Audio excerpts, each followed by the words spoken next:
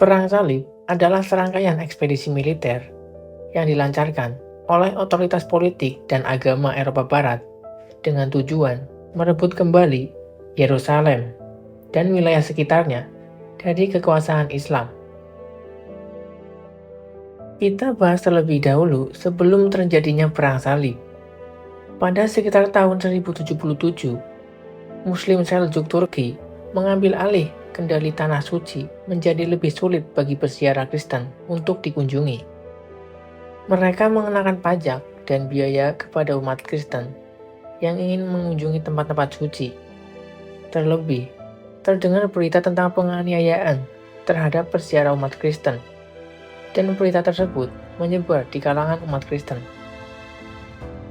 Dan Kaisar Bizantium juga takut akan meluasnya kekuasaan Seljuk ke wilayah yang dikuasainya di Eropa Tenggara, dan ancaman terhadap kota Konstantinopel, hingga meminta bantuan Paus.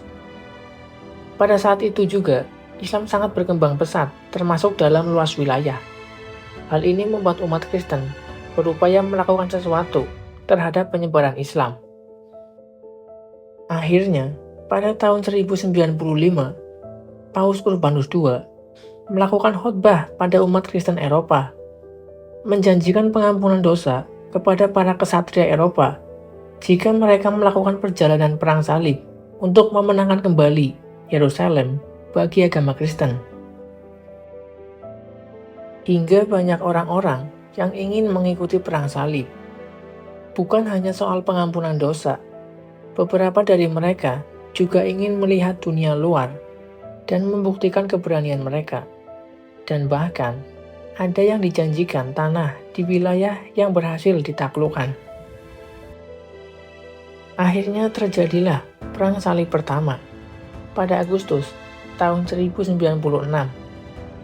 Beberapa orang Kristen dari Prancis, Jerman, dan Italia yang dikenal sebagai orang Frank memulai perjalanan panjang menuju Tanah Suci. 30.000 tentara salib berkumpul di Konstantinopel sebelum menguasai kota Edessa dan Antioquia. Frank merebut Yerusalem pada tahun 1099. Serangan itu brutal, sulit untuk mengetahui secara pasti berapa banyak orang yang terbunuh atau terluka. Sebuah sumber Kristen pada masa itu mengklaim bahwa warga sipil dibantai dalam perang salib. Kehilangan Yerusalem merupakan pukulan telak bagi kaum muslim. Mereka telah menguasai Yerusalem selama lebih dari 400 tahun, dan kota itu memiliki makna keagamaan yang besar. Umat Kristen menguasai tempat-tempat keagamaan penting seperti Masjid Al-Aqsa dan Kubah Batu. Tentara salib juga mendirikan kerajaan di sekitar Yerusalem.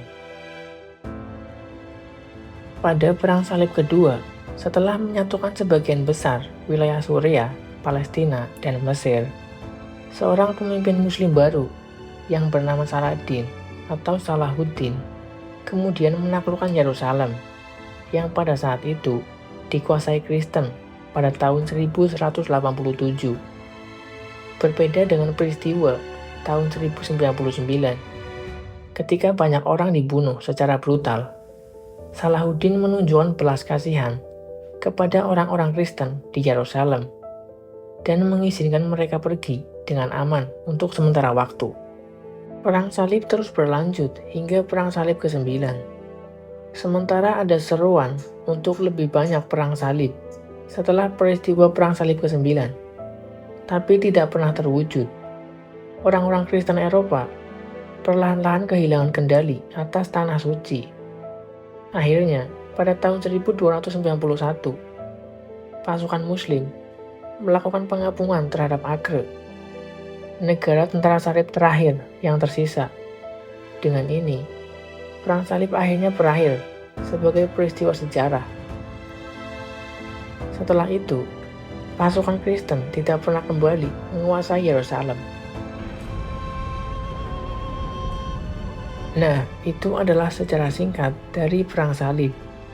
Walaupun sebenarnya ada banyak sekali sejarah Perang Salib yang perlu disampaikan. mengingat ada 9 periode dari Perang Salib. Tapi mungkin itu sudah cukup untuk memahami apa itu Perang Salib. وعليكم السلام.